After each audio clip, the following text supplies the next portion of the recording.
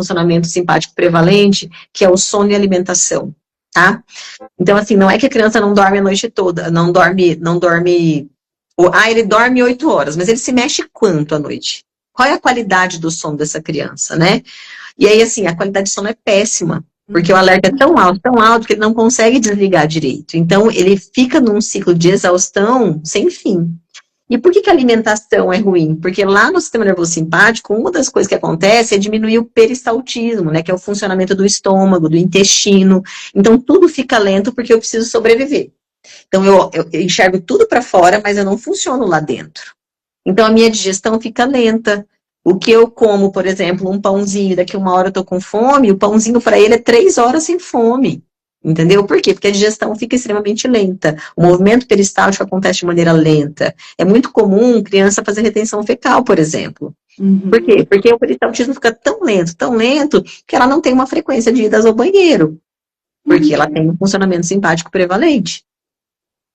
Então acaba virando uma bola de neve.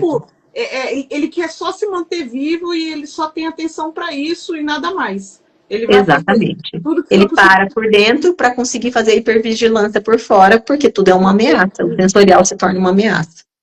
E aí isso prejudica o funcionamento interno da autorregulação, porque a autorregulação é quando eu olho para dentro. É quando eu percebo a minha ansiedade chegando e eu respiro fundo, por exemplo.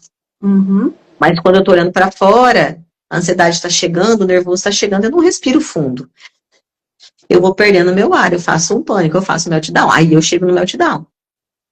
Porque eu não consigo controlar dentro. Dentro. É isso. O controle ele tem que iniciar a partir do momento que a gente consegue se olhar para dentro. Se permite. Isso é muito difícil para uma criança. Isso é muito difícil para uma criança que está percebendo tudo o tempo todo. E aí, e o pai, a mãe, o professor que não sabe disso, ele tá vendo só a criança entrando em crise, que não sabe disso, não sabe o que tá acontecendo com a criança não consegue falar, só vê a crise, só vê que a criança não para na sala de aula, só vê que a criança não para... Tanto que é insuportável para uma criança ficar em sala de aula, uma criança que tem sobrecarga sensorial. Penso o tanto que é difícil estar naquele ambiente, o tanto que dá uma agitação psicomotora sem fim, de ter que sair dali, de ter que sobreviver ali. Penso o tanto que é difícil ficar em uma sala de aula. Hoje, e engraçado que você falou uma coisa da alimentação.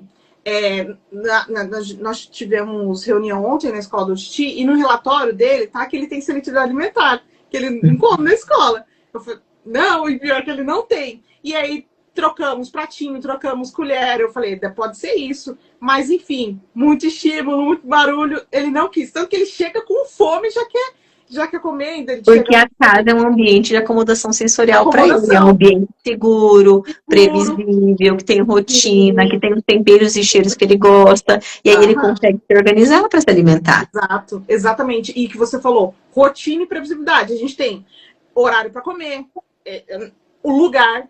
do mesmo, já tem o lugar dele específico, tanto que às vezes ele senta no lugar do pai dele, eu falo, mas aí não é o seu lugar, vai sentar, senta no seu lugar, vai lá com o seu pratinho, no mês, tudo, né? Mas claro, ele come nos outros ambientes também, só que não é todo dia, né? Não é final de semana. Às vezes ele come porque você consegue dar previsibilidade, você falou, olha, nós vamos em tal lugar, nós vamos comer tal comida, e aí você leva objetos sensoriais que são hiperfoco dele, então ele consegue hiperfocar aqui e não abre a hipervigilância, entendeu? Então, quando a gente dá objeto de fidget toy, quando a gente deixa ele brincar com coisas de hiperfoco, por exemplo, num jantar, a gente está fazendo a criança tentar diminuir a hipervigilância, diminuir, olhar para fora e olhar só para aquilo. Então, daí não sobe tanto esse escalonamento, né? Por isso que às vezes funciona, por exemplo, igual você falou, foi para feira e levei um monte de coisa para pôr na mesa. Então, ele não ficou hipervigilante. Eu faço isso até hoje, tá? Eu faço até hoje. Eu levo as coisas dele, a mochilinha, a bolsinha das coisas que ele gosta. Eu faço até hoje. Porque eu não